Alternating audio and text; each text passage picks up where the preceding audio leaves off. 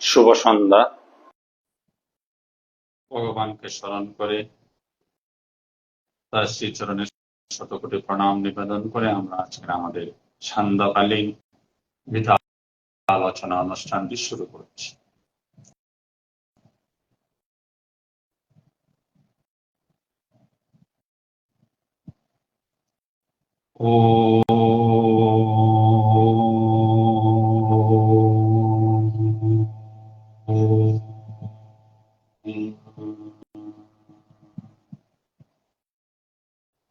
শ্রী পরমাত্মনে নমঃ। আলোচনা শুরুর পূর্বে আমরা আমাদের স্বরূপ চিন্তন করব। আমি শক্তিশালী আত্মা, আমি শক্তিশালী আত্মা, আমি দেহ নই, মন নই, বুদ্ধি নই, আমি নিত্য শুদ্ধ বুদ্ধ মুক্ত আত্মা, আমি সচিব আনন্দময়।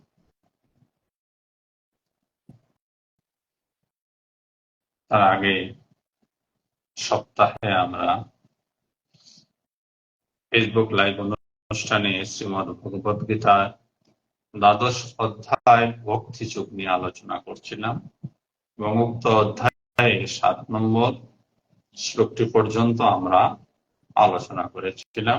আজ তার পরবর্তী শ্লোক ক্রমসংখ্যা 8 থেকে আলোচনা শুরু করব। শ্লোক ক্রমসংখ্যা 8। শ্রী ভগবান উবাচ ময়েব মনো আদচ্ছ ময়ি বুদ্ধিম নিবেশয়সি ময়েব অত ঊর্ধ্বম ন সংশয়। ময়েব অর্থাৎ আমাতে, ভগবান শ্রীকৃষ্ণ বলছেন আমাতে, এব অবশ্যই, আমাতে অবশ্যই, আদৎস, আদৎস মানে স্থির করা, ভগবানে অবশ্যই স্থির করতে হবে। ময়ি বুদ্ধি, ময়ি মানে আবার আমাতে, বুদ্ধি মানে বুদ্ধি, নিবেশয় অর্পণ করে। ভগবান বলছেন প্রথম লাইনটিতে আমাতে মন স্থির করো, ময়েব মন আদর্শ, আদর্শ, আমাতে মন স্থির করো, ময়ি বুদ্ধি নিবেশয়, আমাতে বুদ্ধি অর্পণ করো, নিবশিষ্যসি ময়েব, নিবশিষ্যসি ময়েব, আমাতে, ময়েব মানে আমাতেই, আমাতেই নিবশিষ্যসি বাস করিবে, অত ঊর্ধ্বম নৌ সংশয়, অত ঊর্ধ্বম মানে এখানে তার ফলে ন সংশয়, তাতে কোনো সংশয় নেই। ভগবান কি বললেন? বললেন সেই পরমাত্মায় মন স্থির করো, পরমাত্মাতে বুদ্ধি অর্পণ করো। যদি মন এবং বুদ্ধি পরমাত্মায় স্থির এবং অর্পণ করা যায়, তাহলে ভগবান শ্রীকৃষ্ণ বলছেন তুমি আমার নিকটে বাস করবে, ইহাতে কোনো সংশয় নেই। ভগবান খুব সুন্দর কথা বললেন। আমরা যদি ভগবানের সঙ্গে ঘর করি, ভগবানকে সঙ্গে নিয়ে যদি থাকি, তাহলে আমাদের কি কোনো দুঃখ কষ্ট আসতে পারে? মা বাবা কি তার অবুঝ ছেলে সন্তানে দুঃখ কষ্ট কামনা করে? না। তো ভগবানের কাছে যদি মন বুদ্ধির দ্বারা আত্মসমর্পণ করা যায়, ভগবান বলছেন তুমি আমার নিকটেই থাকবে। আর যদি ভগবানের সঙ্গে থাকা যায়, ভগবানের নিকটে থাকা যায়, অবশ্যই খুব খুব ভালোভাবে থাকা যাবে, পরম আনন্দে পরম শান্তিতে থাকা যাবে।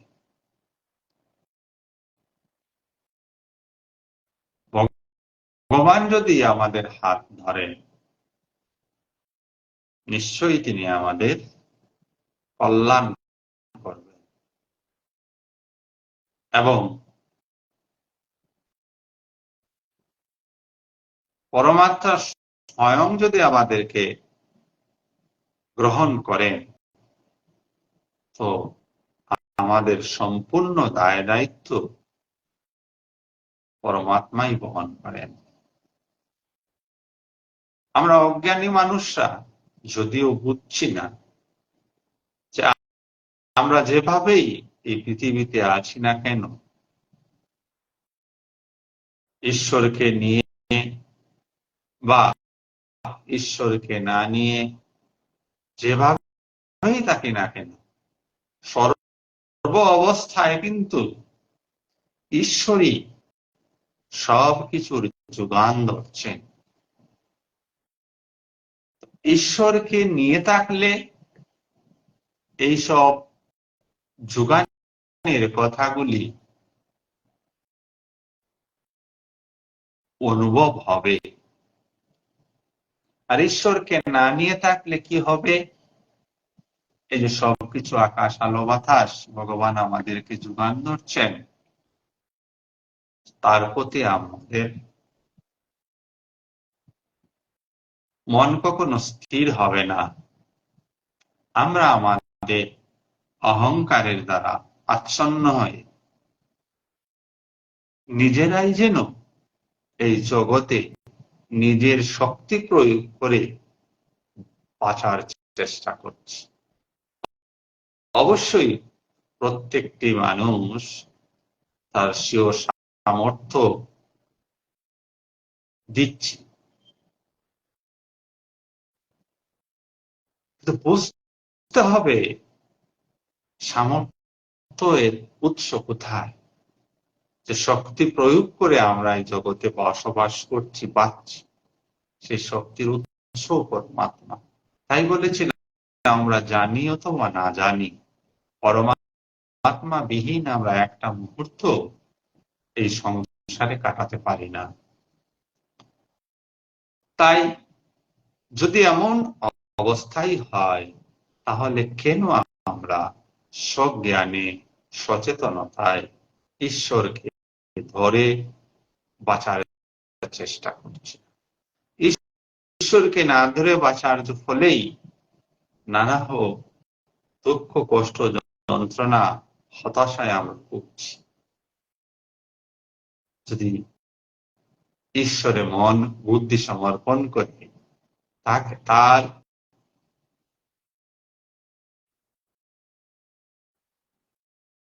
তাকেই সবকিছু সমর্পণ করে তারই যদি কর্ম আমরা করতে থাকি, তাহলে এই জীবনে আমাদের কখনো দুঃখ আসবে না, দুঃখ স্পর্শই করতে পারবে না, আশা তো দূরে থাক, মৃত্যু স্পর্শ করতে পারবে না। তাহলে আমাদের কি সুবিধা হচ্ছে? আমরা সংসারও করব, অথচ পরম আনন্দে এবং শান্তিতে থাকব। চয়েসটা আমাদের সকলের কাছে রয়েছে, পৃথিবীর প্রত্যেকটি মানুষের কাছে এই চয়েস রয়েছে। মানুষ ঈশ্বরকে ধরে বাঁচতে চায়, আর ঈশ্বরকে অবজ্ঞা করে নিজ শক্তিতে বাঁচতে চায়। ঈশ্বরকে অবজ্ঞা করে নিজ শক্তিতে যারা বাঁচছে, তাদের জীবন ভুল পথে অগ্রসর হচ্ছে। আর এই ভুল পথের পথিক প্রতিটি মানুষ জীবনের পথে হাঁটতে গিয়ে সর্বদা ক্ষুধা, দুঃখ, কষ্ট, যন্ত্রণা, লাঞ্ছনা ভোগ করছেন। আর তিনি যেহেতু লাঞ্ছনা ভোগ করছেন, দুঃখ কষ্ট ভোগ করছেন, সেই দুঃখ কষ্ট ওই ঈশ্বরের সমর্পিত যে মানুষটি নয়, সে মানুষটি তার এই দুঃখ যন্ত্রণা লাঞ্ছনা কিন্তু জগতে ছড়িয়ে দিচ্ছে। সেই জগতে নানান অসৎ কার্যে প্রবৃত্ত হয়ে আছে। এই অসৎ কার্যে প্রবৃত্ত থাকায় সামগ্রিকভাবে সে এই জগতের অকল্যাণ সাধন করছে, আর তার শিকার জগতের প্রতিটি মানুষ। ধর্ম সম্পর্কে মানুষের যে সম্যক ধারণা রয়েছে তা নিতান্ত নিচু মানের ধারণা। ধর্ম নিয়ে ব্যবসা হচ্ছে, ধর্ম নিয়ে রাজনীতি হচ্ছে, ধর্ম নিয়ে হিংসা হচ্ছে, ধর্ম নিয়ে আতঙ্কবাদ তৈরি হচ্ছে। এগুলি কিন্তু এই সমস্তগুলি কিন্তু ধর্মের আওতায় আসে না। আগেই বলেছিলাম যে নিম্নমানের জ্ঞান নিয়ে যারা ধর্মকে সম্মুখভাবে কিছু বোঝার চেষ্টা করেছেন, তাদের মধ্যেই এইসব বিকৃত মানসিকতা সৃষ্টি হয়েছে। আর সারা বিশ্ব ওই বিকৃত ধর্মীয় মানসিকতার বলি হচ্ছে। গত কিছুদিন যাবৎ তার দৃষ্টান্ত আমাদের কাছে আছে। পাকিস্তানের আতঙ্কবাদী ঘটনাকে কেন্দ্র করে ভারত পাকিস্তানের মধ্যে টেনশন চলছে, রীতিমতো যুদ্ধ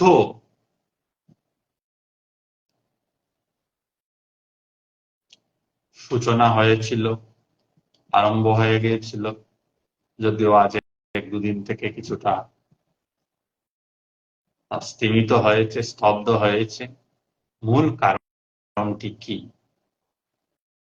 শুধু এই ঘটনাটি নয়, বিশ্বের সমগ্র বিশ্বে ধর্ম কেন্দ্র করে যত রক্তপাত হয়েছে, যত যুদ্ধ হয়েছে, পৃথিবীতে অন্য কোনো কারণে এত যুদ্ধ, এত রক্তপাত হয়নি।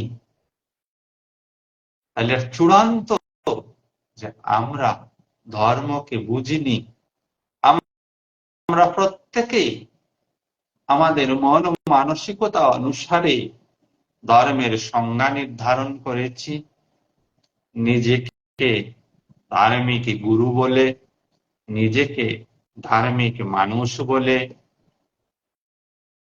লোক সমাজে প্রচার করছি, অথচ ধর্মের মূল তথ্য কথাগুলি আমরা পৃথিবীর মানুষের জানি না। এই যে আতঙ্কবাদের ঘটনা, তার মূল কিন্তু বিকৃত ধার্মিক চিন্তাধারা, চিন্তা চর্চা। এই বিকৃত ধার্মিক চিন্তা চর্চা কেন হচ্ছে?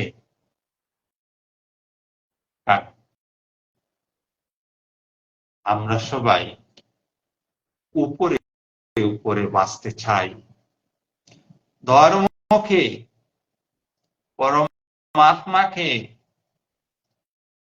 গভীরভাবে জানতে চাই না, জানার ইচ্ছা রাখি না, জানার চেষ্টা করি না। জানার চেষ্টা করতে গেলেই প্রথম শর্তই হচ্ছে নিজেকে সমর্পণ করে দিতে হবে। এটাই ভগবান বলছেন, ময়েব মন আদৎস, ময়েব মন আদৎস ময়ি বুদ্ধিম নিবেশয়। আমাতে মন স্থির করো, আমাতে বুদ্ধি অর্পণ করো। আমাদের মন স্থির হয় না। কেন স্থির হয় না? যখন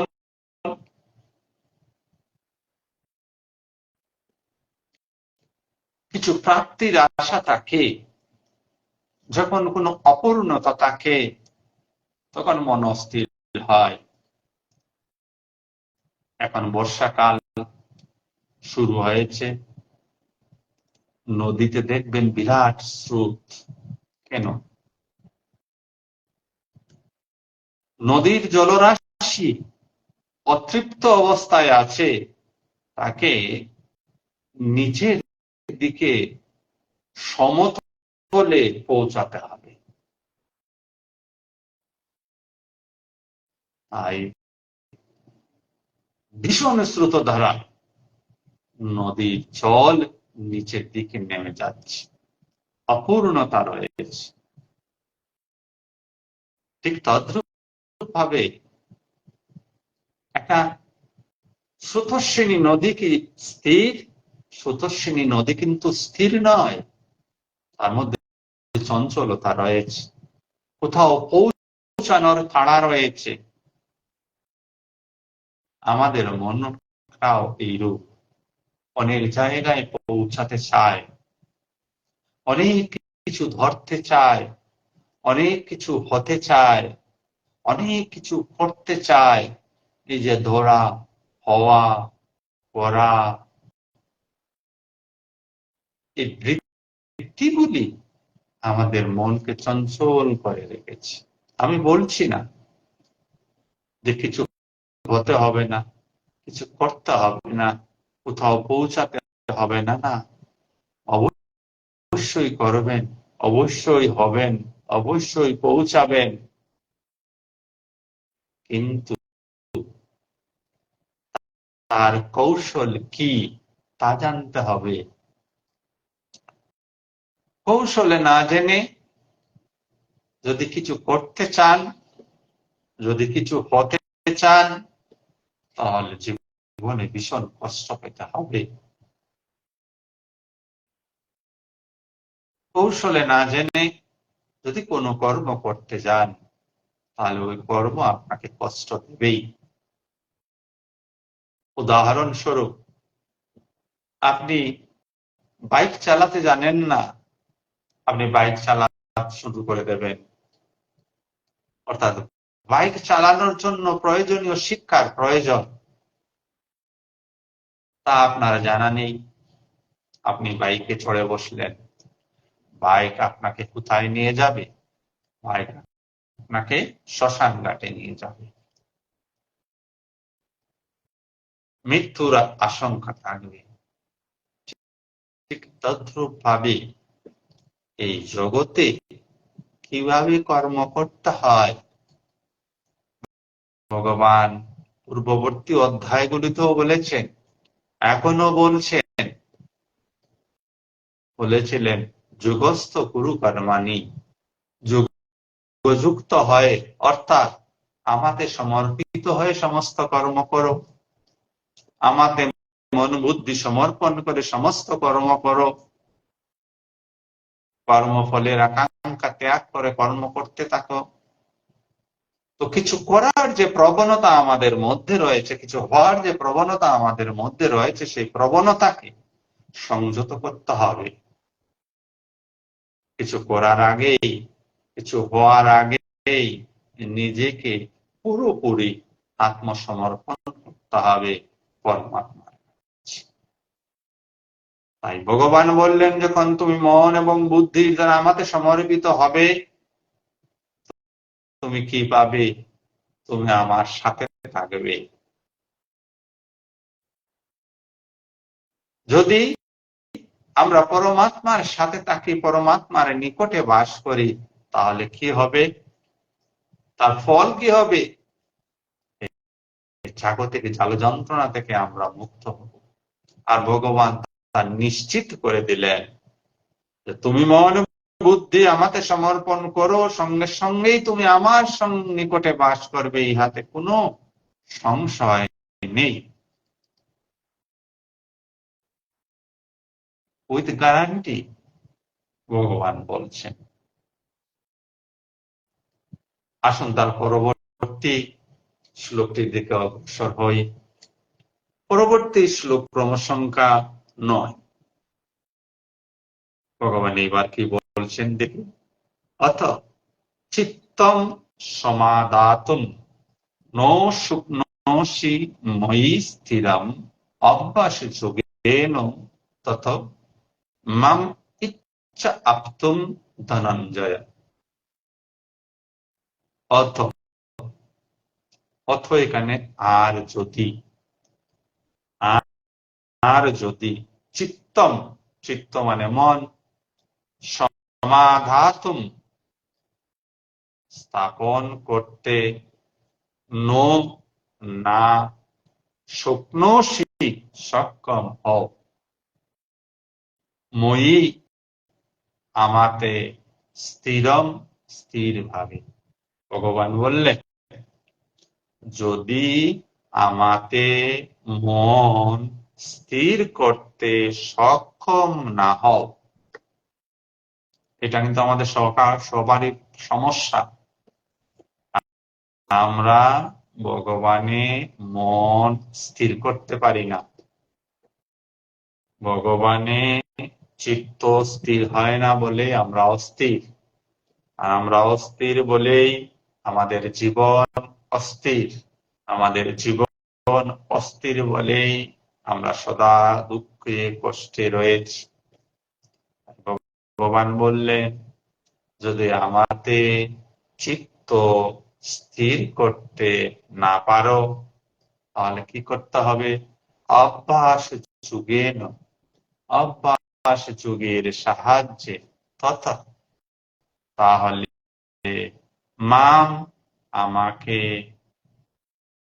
ইচ্ছা, ইচ্ছা করো, আপ্তুম প্রাপ্ত হতে, ধনঞ্জয় হে ধনঞ্জয়। আরো অনেকদিন বলা হয়েছে, শুধু অর্জুনকে উপদেশ দিচ্ছেন না ভগবান, সমগ্র জগৎবাসীর জন্য, ধর্ম বর্ণ নির্বিশেষে। আমাদের প্রত্যেকেরই সমস্যা, আমরা ভগবানে মন স্থির রাখতে পারি না, যেহেতু আমরা জাগতিকভাবে সবাই বড্ড যুক্ত হয়ে আছি। জাগতিকভাবে যুক্ত হওয়া কথাটির গুড় অর্থ হচ্ছে ঈশ্বরকে ভুলে গিয়ে জগৎকে সত্য মনে করে, জগৎকে সত্য মনে করে জগৎ থেকে সুখ প্রাপ্তির আশায় আমরা জগৎকে আঁকড়ে ধরে আছি। এ হচ্ছে জাগতিক জীবন। এইভাবে যারা জীবন যাপন করছেন তারা কিন্তু আদৌ জানেন না যে আমাদের বেদ বেদান্ত গীতা উপনিষদ কি বলেছে।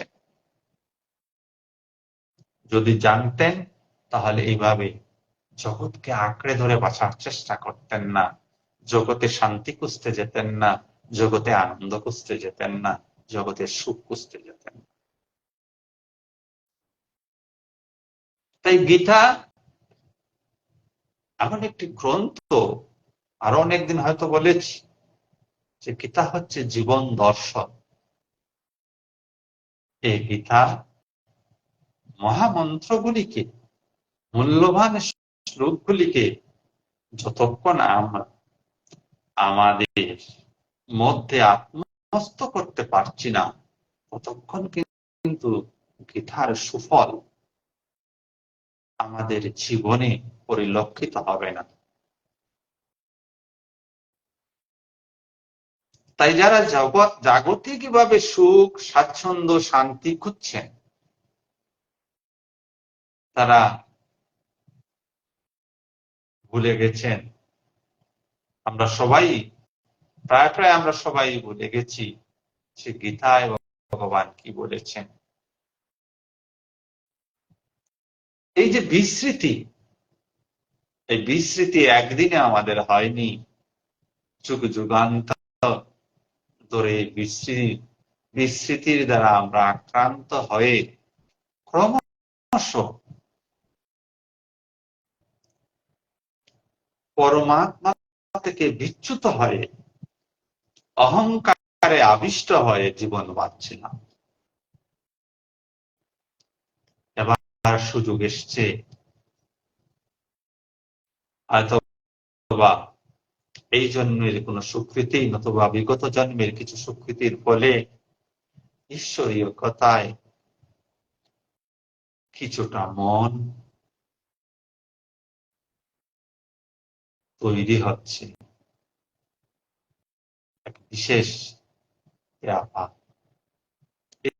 এই যে মন তৈরি হলো, সবার কাছে অনুরোধ করছি এই মনটাকে নষ্ট হতে দেবেন না, এই মনটাকে ধরে রাখুন, এই মনটাকে ক্রমে বিকশিত করুন,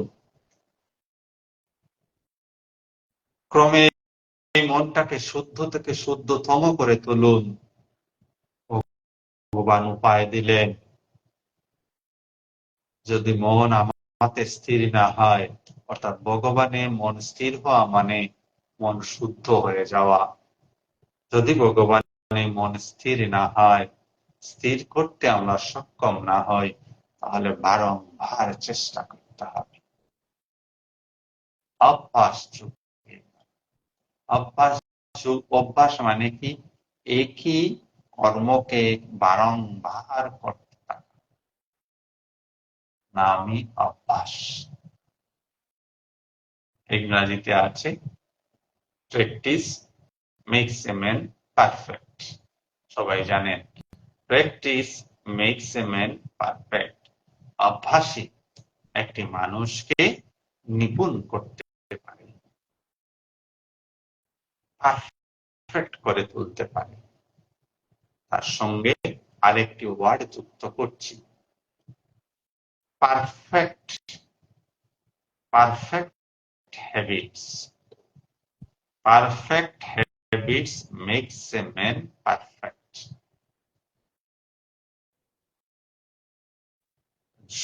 যদি হ্যাবিটটা পারফেক্ট না হয়, কথাটা আমরা বোঝার চেষ্টা করি।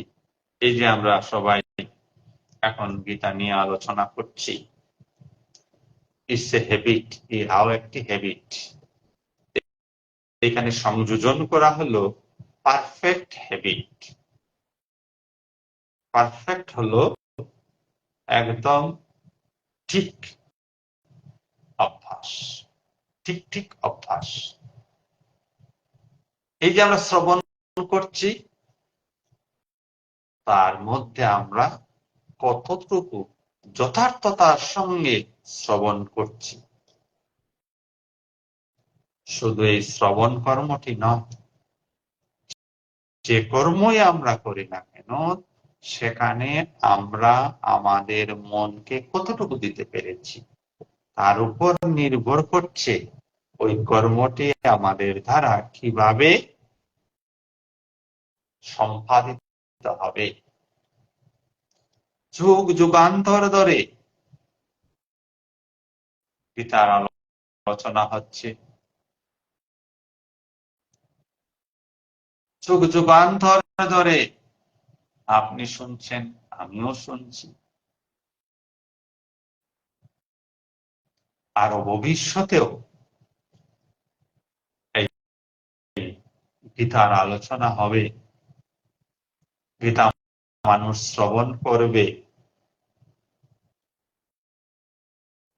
কিন্তু যথার্থ শ্রবণ হয় নাই। যথার্থ শ্রবণ হয় নাই বলেই শ্রবণ জনিত যে মঙ্গল বা কল্যাণ হওয়ার কথা আমাদের মধ্যে হয়নি, এই জগতে হয়নি। তাই আজও আমাদের সবাইকে, আবাল বৃদ্ধ বনিতা সবাইকে গীতার পঠন, গীতার আলোচনা, গীতা শ্রবণ করতে হচ্ছে। অর্থাৎ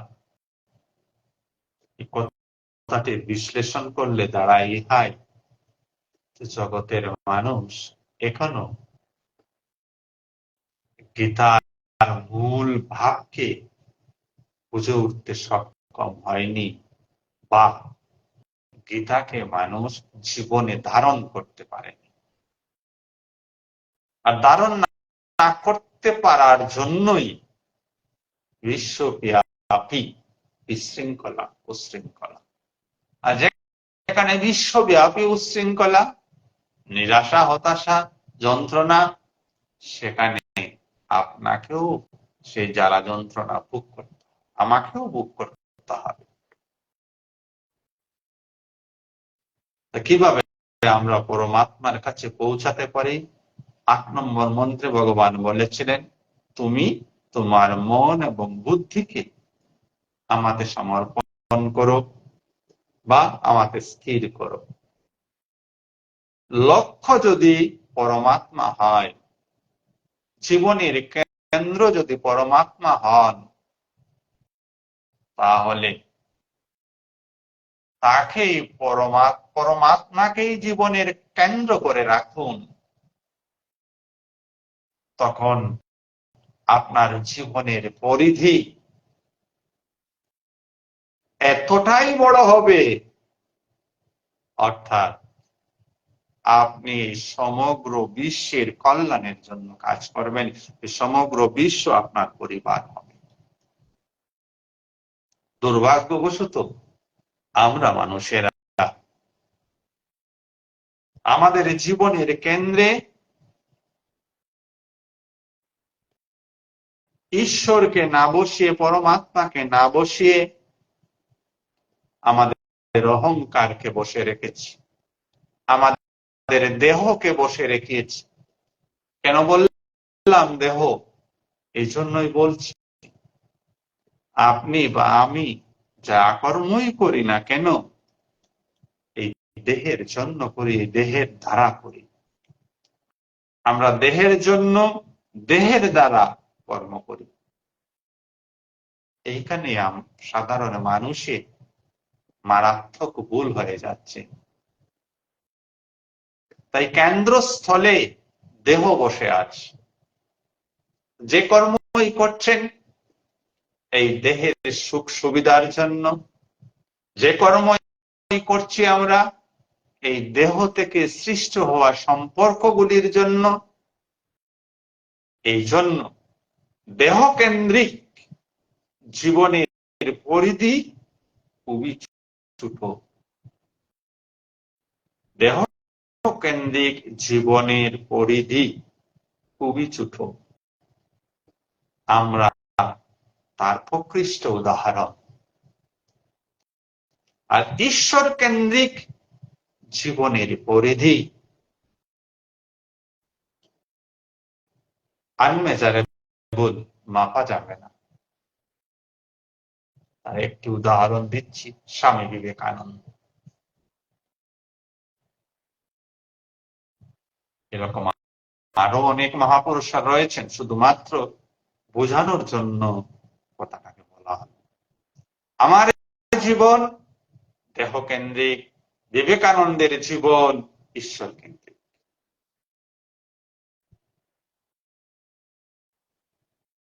তাই ভগবান শ্রীকৃষ্ণ গীতায় বললেন, তুমি আমাকে কেন্দ্রে বসাও, তুমি তোমার নিজের বুদ্ধির দ্বারা কাজ করো না, নিজের মনের চঞ্চলতায় কর্ম করো না। তোমার মন তোমাকে ভুল পথে নিয়ে যাবে, তোমার বুদ্ধি তোমাকে যন্ত্রণার দিকে নিয়ে যাবে। তাই মন বুদ্ধিকে সংযত করে আমাকে সমর্পণ করে আমার দ্বারস্থ হয়ে আমার নাম স্মরণ করে আমার জন্য তুমি কর্ম করো।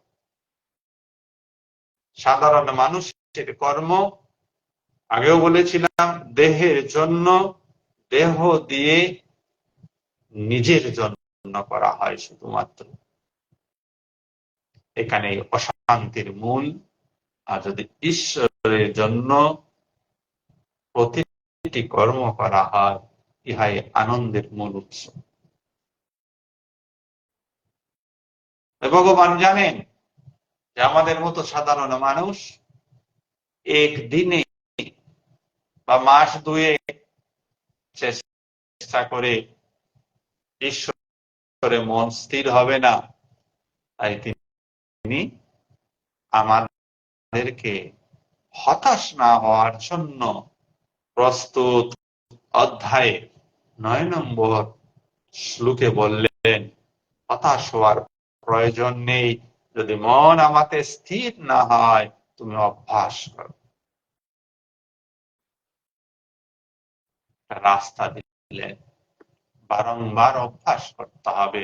অভ্যাস শব্দের ডেফিনেশন হচ্ছে একই কর্ম যখন বারংবার করি আমরা, সেটাই আমাদের অভ্যাস হয়ে যায়, হ্যাবিট হয়ে যায়। তো ঈশ্বরে মন স্থির করার জন্য ধ্যান ধারণার প্রয়োজন, সৎসঙ্গের প্রয়োজন, শাস্ত্র অধ্যয়নের প্রয়োজন। ঈশ্বর সাধনা বা ঈশ্বরে মন স্থির করার জন্য কিন্তু বাজারে কোনো ঔষধ পাওয়া যাবে না।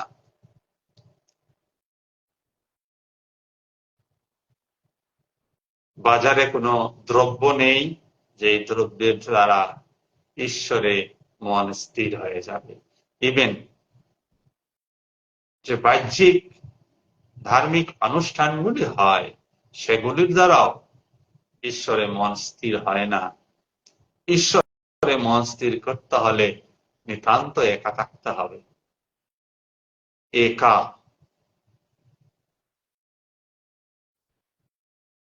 একাকে নিজেকে সময় দিন, 2 মিনিট, 5 মিনিট, 7 মিনিট যাই পারেন সময়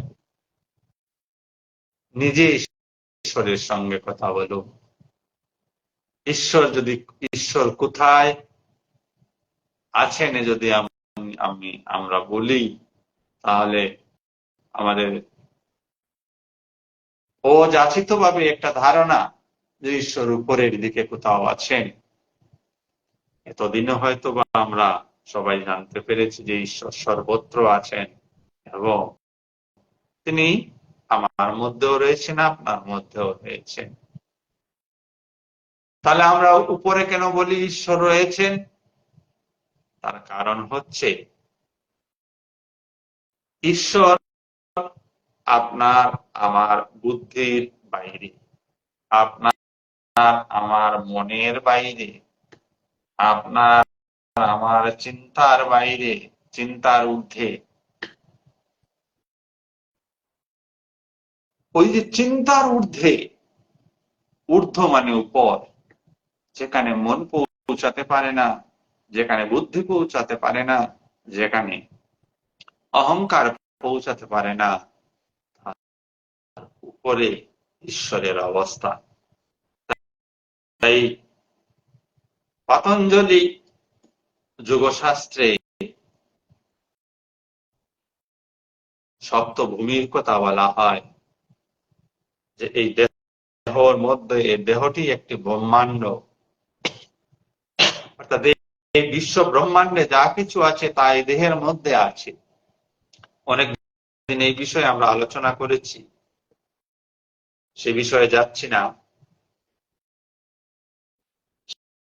7টি ভূমি রয়েছে, মূলাধার ভূমি বা চক্র, মূলাধার চক্র থেকে শুরু করে সহস্রধার চক্র পর্যন্ত। মূলাধার চক্রে সমস্ত শক্তি সঞ্চিত হয়ে আছে। সেই শক্তিকে ধ্যান ধারণার মাধ্যমে জাগরণ করতে হয়, জাগ্রত করতে হয়। এই মূলাধার চক্র থেকে যখন শক্তি জাগ্রত হয়, মণিপুর চক্র, স্বাধিষ্ঠান চক্র, হ্যাঁ, অনাহত চক্র, আজ্ঞা চক্র, এইভাবে করে করে সহস্রধার চক্রে পৌঁছাবে। মানে কি কিছু একটাকে উঠে আসবে না, আপনার ঈশ্বরের প্রতি সমর্পণের অবস্থা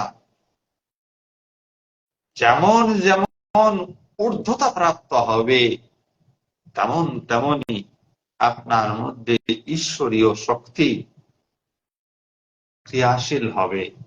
আর এই শক্তি যখন সহস্রধার বা ব্রহ্মরন্ধ্র, এখানে বলা হয় ব্রহ্মরন্ধ্র, রন্ধ্র মানে ছিদ্র, ব্রহ্মরন্ধ্র রয়েছে। ব্রহ্মরন্ধ্রে যখন শক্তি পৌঁছাবে, এই রন্ধ্রের মাধ্যমে এই যে ভিতরের যে আকাশ, সে মহাকাশের সঙ্গে মিলিত হয়। আমাদের পেটের ভিতরে আকাশ আছে, মুখের ভিতরে আকাশ আছে, এই প্রত্যেকটা শিরা উপশিরার মধ্যে আকাশ আছে। আমরা ওই মহাকাশ থেকে বর্তমানে বিযুক্ত হয়ে আছি।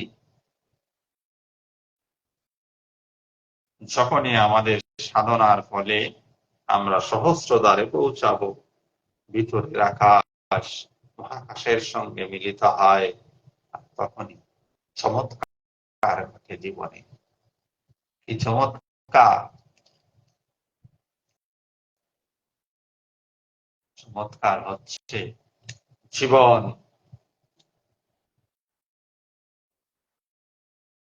আনন্দময় হয়ে ওঠে। মৃত্যুর ভয় চিরতরে নাশ হয়।